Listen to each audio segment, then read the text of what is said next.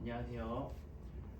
우리 추가적으로 문제를 풀고 이거에 대한 해설을 할 게 있어가지고 영상을 찍는데 이번 영상은 조금 짧아요. 미시경제 파트에서 1단원 그 중에서도 탄력성 부분만 단 두 문제 다룰 거기 때문에 조금 짧고 그냥 집중해서 들어줬으면 좋겠습니다. 자, 첫 번째 탄력성 파트 첫 번째 문제 봅시다. 우리 나간 자료 2-2의 19번 문제 보시면 됩니다. 자료 2-2의 19번. 자, 가장 먼저 탄력성에 대한 문제는 한 문제 출제될 수 있고 어떤 식으로 나올 수 있느냐, 우리 19번 형태와 같은 문제 아니면은 20번 형태와 같은 문제인데 각각의 문제에서 의미하는 게 조금씩 달라요. 이 지점을 살펴보면 되겠습니다. 자, 우리 저번 시간에 배웠는데 수요와 공급의 가격 탄력성, 이때 여기 첫 번째 예시를 볼까요? 대체재가 적을수록 수요의 가격 탄력성은 크다. 이때 우리가 A의 B 탄력성이다라는 것은 뭐라고 생각하기로 했었죠? A의 B 탄력성은 A가 B에 대응하는 힘이다라고 우리가 생각을 하기로 했었어요. A가 B에 대응하는 힘. 이 틀에 맞춰서 생각을 해보면 편한 거예요. 자, 수요자가 가격에 대응하는 힘이 크다는 것은 어떤 것을 의미하느냐? 수요자가 가격에 대응하는 힘이 크다. 즉 가격 탄력성이 크다라는 것은 무슨 뜻인가? 가격이 비싸졌을 때 안 사면 그만이라고. 그냥 우리는 덜 살 수 있는 거예요. 이 말은 무슨 뜻이냐? 가격이 만약에 올랐을 때는 우리가 야 그냥 사지 마. 그게 가격에 대응하는 힘이 큰 거죠. 가격이 올랐을 때 사지 마. 안 사면 그만이야. 와 같이 얘기할 수 있다고. 반면에 이 힘이 낮다는 것은 무슨 뜻을 의미합니까? 가격이 올랐을 때, 이럴 때 사지 마가 아니라 그렇지 울며 겨자 먹기로 사야 된다. 울면서 산다. 이렇게 생각을 하시면 되겠습니다. 자, 그러면은 내가 그냥 야 사지 마, 안 사면 그만이지 라고 생각을 할 수 있는지 아니면은 내가 억지로라도 구매를 해야 되는지를 생각을 해보시면 편하다. 자, 첫 번째 특징, 옳게 대답한 학생만을 고르는 거예요. 대체재가 적을수록, 대체재가 적다는 것은 내가 이 물건 아니면 안 된다는 뜻이야. 내가 이 물건 아니면 안 돼. 그렇다면 만약에 그 물건의 가격이 올랐으면 나는 그냥 안 사면 그만이야, 아니면 무조건 사야 돼요. 그렇지, 무조건 사야 된단 말이야. 대체재가 적으면은 나는 무조건 사야 된다고. 그 적을수록 수요의 가격 탄력성은 낮다라고 할 수 있겠습니다. 무조건 사야 되니까. 그러니까 값을 병이 맞겠죠. 두 번째, 상품 소비 금액이 소비 예산에서 차지하는 비중이 클수록, 우리 이거 무슨 예시를 들었었냐면은 못과 TV의 예시를 들었었어요. 못이 소비 예산에서 차지하는 비중이 엄청 작잖아. 못이 5배가 비싸졌다고, 10원에서 50원이 됐다고 해서 내가 그것을 야 그냥 사지 마, 안 박으면 그만이지 라고 얘기하지는 않는단 말이야. 그냥 우리는 사죠. 내가 40원 더 주면 그만이지 라고 얘기하는데, 만약에 TV가 1000만원에서 5억이 됐다고 칩시다. 아무도 못 사. 그쵸?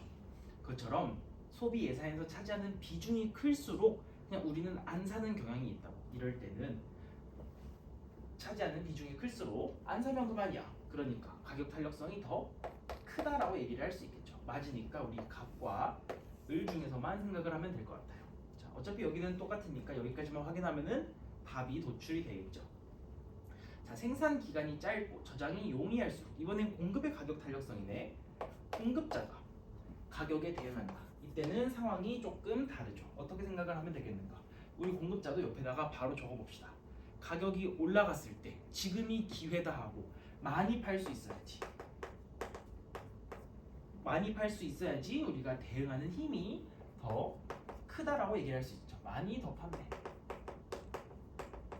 자, 반대로 내가 힘이 없어. 힘이 없는 사람은 어떡합니까? 소비자는 가격이 비싸졌을 때 울면서 구매를 해야 될 것이고, 공급자는 이때가 기회인데 기회를 잡지 못하고 판매할 수가 없어. 이때 더 많이 판매할 수가 없단 말이에요. 자, 생산 기간이 짧고 저장이 용이해. 그렇다는 말은 내가 이 재화를 만들 때 시간이 얼마 안 걸린다는 뜻이잖아요. 그치? 생산 기간이 짧으니까. 이런 경우에는 내가 그냥 100개 만드는 게 일이 아니란 말이야. 자, 그럴 때는 우리가 뭐라고 생각을 할 수 있겠어요? 판매를 못하는 경우야? 아니면 많이 더 많이 만들 수 있는 경우야? 그렇지, 많이 더 만들 수 있는 경우죠. 이 경우는 가격 탄력성이 더 크다라고 생각을 하시면 되고 답은 2번이 되겠습니다. 자, 답은 구했지만 하나만 더 살펴볼게요. 공급 계획의 기간을 장기적으로 설정할수록 자 나한테 주어진 여유 시간이라고 생각을 하시면 됩니다. 계획의 기간 이것은 우리가 측정 기간이라는 말로도 공부를 했는데 그냥 여유 시간이라고 생각을 하시면 되겠습니다. 나한테 여유가 장기적으로 있을수록 내가 더 많이 팔 수 있겠어요? 아니면은 여유가 많을수록 판매를 할 수가 없겠어요? 당연히 그렇지 많이 판매할 수가 있겠지. 공급 여유가 장기적으로 존재할수록 공급의 가격 탄력성은 더 크게 됩니다. 그러니까 X에 해당하는 여기 을이 정답이 되겠습니다. 정리하고 다음 문제 볼게요.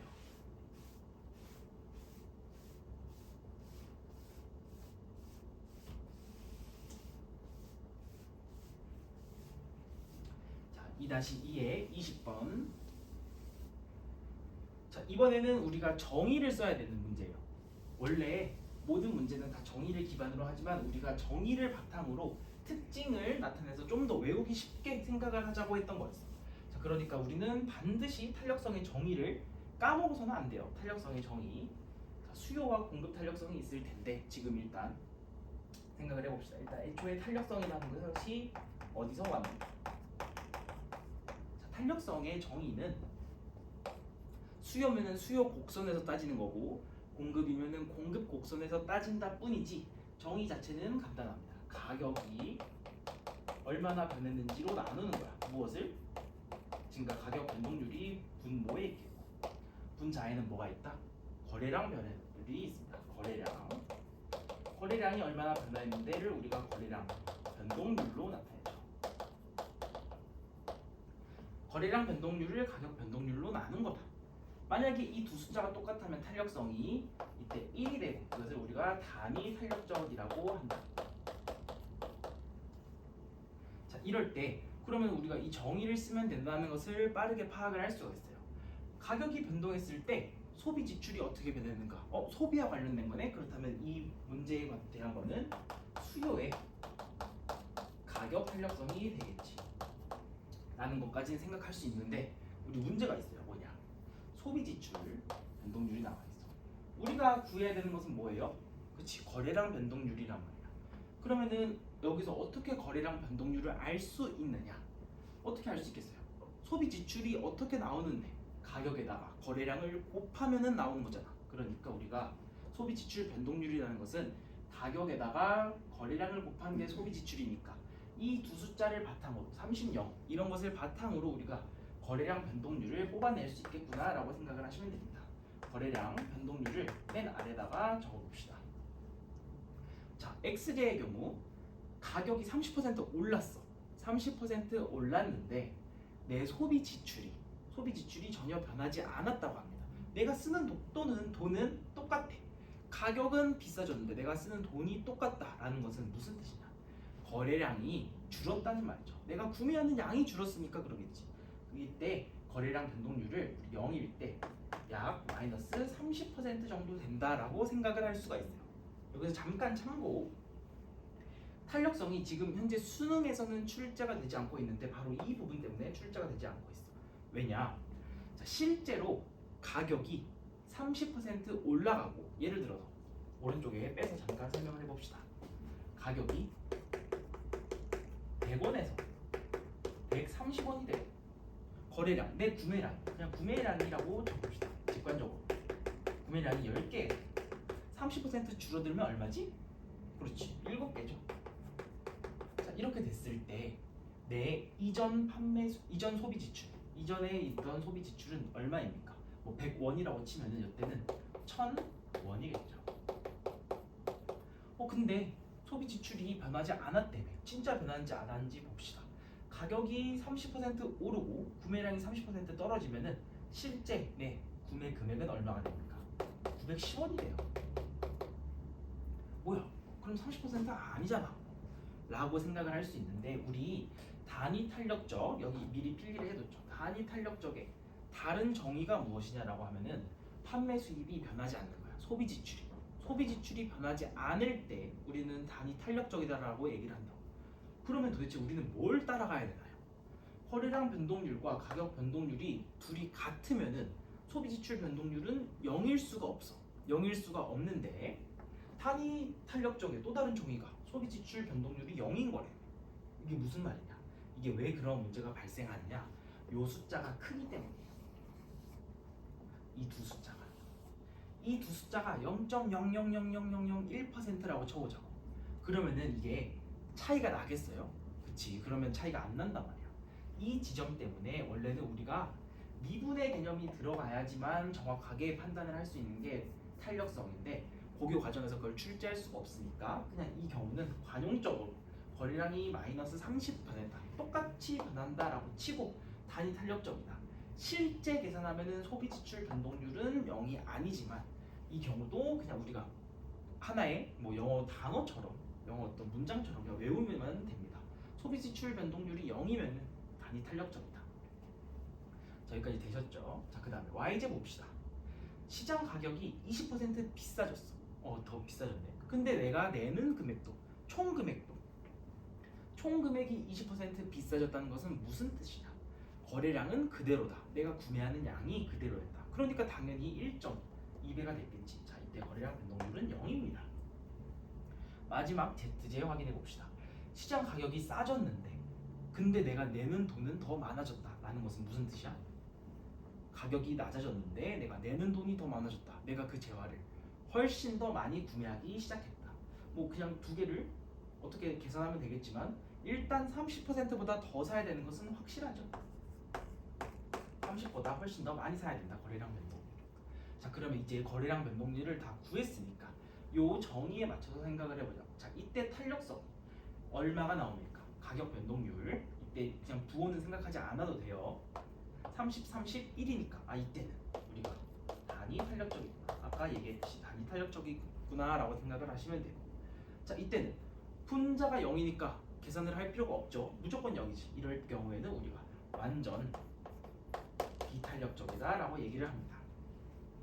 마지막 가격은 15만큼 변동했는데 거래량은 30이 훨씬 넘게, 2보다 훨씬 높겠네. 1보다 큰 경우는 우리가 전부 다 뭉뚱그려서 탄력적이다 라고 얘기를 하고 있습니다. 무한인 경우만 빼고. 그리고 이제 선지를 같이 넣어봅시다. 기업 XJ 수요의 가격 탄력성은 탄력적이다. 탄력적인 것은 Z제죠? 아니죠. 단위 탄력적이다 라고 하는 게 맞습니다. 니은 YJ 수요의 가격 탄력성은 완전 비탄력적이다. 이미 구했죠. 왜 완전 비탄력적이야? 거래량이 변하지 않았으니까. 디귿 ZJ 수요의 가격 탄력성은 1보다 크다. 아까 1보다 크면은 탄력적이라고 했죠. 리을 XJ와 달리 YJ는 수요 법칙을 따른다. 우리 이거는 어떻게 판단할 수 있느냐? 여기 이 부분을 지우고 같이 그래프로 봐봅시다. XJ. 자, XJ의 경우는 우리가 판매 수입이 똑같아야 돼. 판매 수입이 똑같아야 돼 항상. 예를 들어서 이때 가격이 10원일 때는 내가 한 개를 구매해. 그러면은 내가 가격이 만약에 5원이라면 몇 개를 구매해야 되겠어요? 그렇지, 두 개를 구매해야 되겠지. 만약에 2원이라면 이때는 5개. 1원이면요? 1원이면은 이때는 10개를 구매해야 되겠지. 자, 요 점, 이 점, 이 점, 이 점을 이으면은 우리가 포물선 모양이 나옵니다. 단위 탄력적 그래프의 수요 고선. 포물선 모양을 그린다. 이때 우하향하죠? XJ는 수요 법칙을 따른다고 할 수 있어. XJ가 수요 법칙을 따른다. 수요 법칙을 따르는 L을 그냥 동그라미 칠게요. YJ는요? YJ는 우리 흰색으로 표시해볼까? 흰색으로. 자, YJ의 경우 가격이 변해도 거래량은 항상 똑같아. 가격이 10일 때 나는 5개 사요. 가격이 5일 때 나는 5개 사요.